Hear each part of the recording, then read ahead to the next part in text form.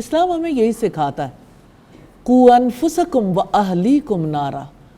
سب سے پہلا فریضہ یہ ہے کہ آپ اپنے آپ کو، اپنے گھر والوں کو آگ سے بچا لو۔ تو میں آپ سے توقع رکھوں گی کہ آپ نبی صلی اللہ علیہ وسلم کی اس حدیث کو یاد رکھیں گے کہ فتنوں کے دور میں بیٹھنے والا کھڑے ہونے والے سے، کھڑے ہونے والا چلنے والے سے، چلنے والا اس میں کوشش کرنے والے سے بہتر ہے۔ الحمدللہ۔ اور آپ صلی اللہ علیہ وسلم نے یہ بتایا کہ آپ ایسے دور میں ہوں تو اپنے گھروں کے ٹاٹ بن جانا۔ آج کے دور میں جس فتنے کی طرف اشارہ کرنا چاہتی ہوں، ہم سب کا لائف سٹائل ایسا ہو گیا کہ سب گھروں سے باہر ہیں۔ آپ نے ابھی کچھ عرصہ پہلے اس کے اوپر بڑی لیدے سنی ہوگی۔ فوڈ پینڈا نے جس وقت یہ ایڈورٹائز کیا کچن کو لگاؤ تالا، تو ظاہر ہے کہ جب جو سمجھنے والے افراد ہیں وہ اس کو محسوس کر رہے ہیں کہ رول آف ویمن ختم ہو رہا ہے، اب عورت کا رول کچھ اور ہوگا۔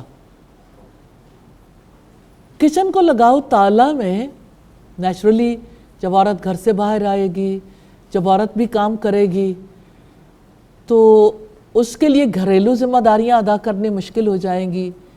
ویسے تو بڑا ہی ایک کام کرنے والوں کو اچھا سلوگن لگتا ہے، لیکن وہ ہمکتی محبتیں اور وہ گھر کی فضا میں ملنے والا سکون اور راحت وہ بھی رخصت ہو جائے گی، اور ایسا ہو چکا۔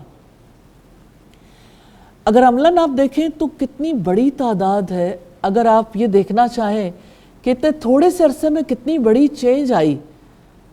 بظاہر تو صرف اتنا ہی ہے کہ سب لوگ کھانا کھا رہے ہیں، لیکن اس کھانے کے جو بدنوں پہ اثرات مرتب ہو رہے ہیں اور جیسے انسانوں کی صحت متاثر ہو رہی ہے، ابھی تو صرف اس لحاظ سے ہی لوگوں کو دکھتا ہے، لیکن یہ بیسیکلی کلچرل کلیش ہے، تہذیبی تصادم ہے، جہاں آپ کا رب آپ کو سکون کی زندگی کے لیے طریقہ کار بتاتا ہے، آپ کے رسول نے جو کچھ بتایا اس کے مقابلے میں یہ ایک الگ فلسفی آف لائف ہے۔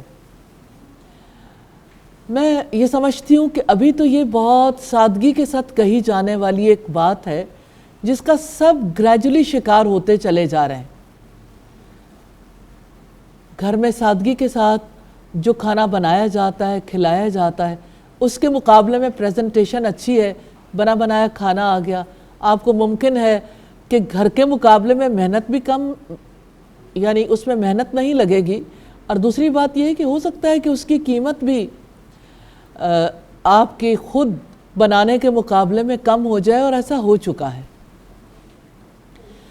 لیکن یہ ایک نئی تہذیب کی دستک ہے، اور یہ محض دستک نہیں ہے، یہ آنے والا دور ہے، قرب قیامت کا دور، جس میں بہت کچھ ہونے جا رہا ہے، اور ہم ایسے دور میں انٹر ہو چکے۔ بس مجھے تو اتنا ہی کہنا ہے کہ اللہ کے رسول صلی اللہ علیہ وسلم کی بات کو پلو سے باندھ لیں کہ اس میں کرنے والا کام کیا ہے۔ بہت سے لوگ ہیں جب بھی کوئی فتنہ ابھرتا ہے وہ کہتے ہیں اس میں ہمیں ضرور اپنا رول پلے کرنا چاہیے۔ کتنی چیزیں ہیں جس میں رول پلے کرنا اور زیادہ نقصان دہ ہو جاتا ہے۔ حالانکہ اپنی سوسائٹی کو ٹوٹ پھوٹ سے بچانے کے لیے سٹرگل کرنا اپنی جگہ پہ ضروری ہے۔ آپ یہ بھی بات ذہن میں رکھیے کہ نبی صلی اللہ علیہ وسلم نے فرمایا، جو کوئی تم میں سے برائی کو دیکھے اس کو چاہیے کہ اپنے ہاتھ سے روکے، اگر ہاتھ سے نہیں روک سکتا تو زبان سے روکے، اور اگر زبان سے نہیں روک سکتا تو دل میں برا جانے، اور یہ سب سے کمزور ایمان ہے۔ اب آپ یہ دیکھیے کہ جب نیکی کا حکم دینا ہے، برائی سے روکنا ہے، تو دوسری طرف نبی صلی اللہ علیہ وسلم کا طریقہ کار بھی ہے۔ ایک چیز اور دیکھیے گا، آپ نے فرمایا تم ضرور نیکی کا حکم دو گے، برائی سے روکو گے، ورنہ تم دعائیں کرو گے اور تمہاری دعائیں قبول نہیں ہوں گی۔ لیکن یہ ایک ایسی حدیث ہے جو ہمیں فتنوں کے دور میں، ایکسیپشنل دور ہے نا، اس دور کے بارے میں بتاتی ہے کہ ایسے دور میں آپ کے لیے پارٹیسپیٹ کرنا تو بہت دور کی بات ہے، جتنا اپنے آپ کو بچا سکے اتنا آپ کے لیے زیادہ مفید ہوگا۔ اللہ تعالیٰ ہمیں اس کی سمجھ نصیب کرے اور فتنوں سے بچنے کی توفیق عطا فرمائے۔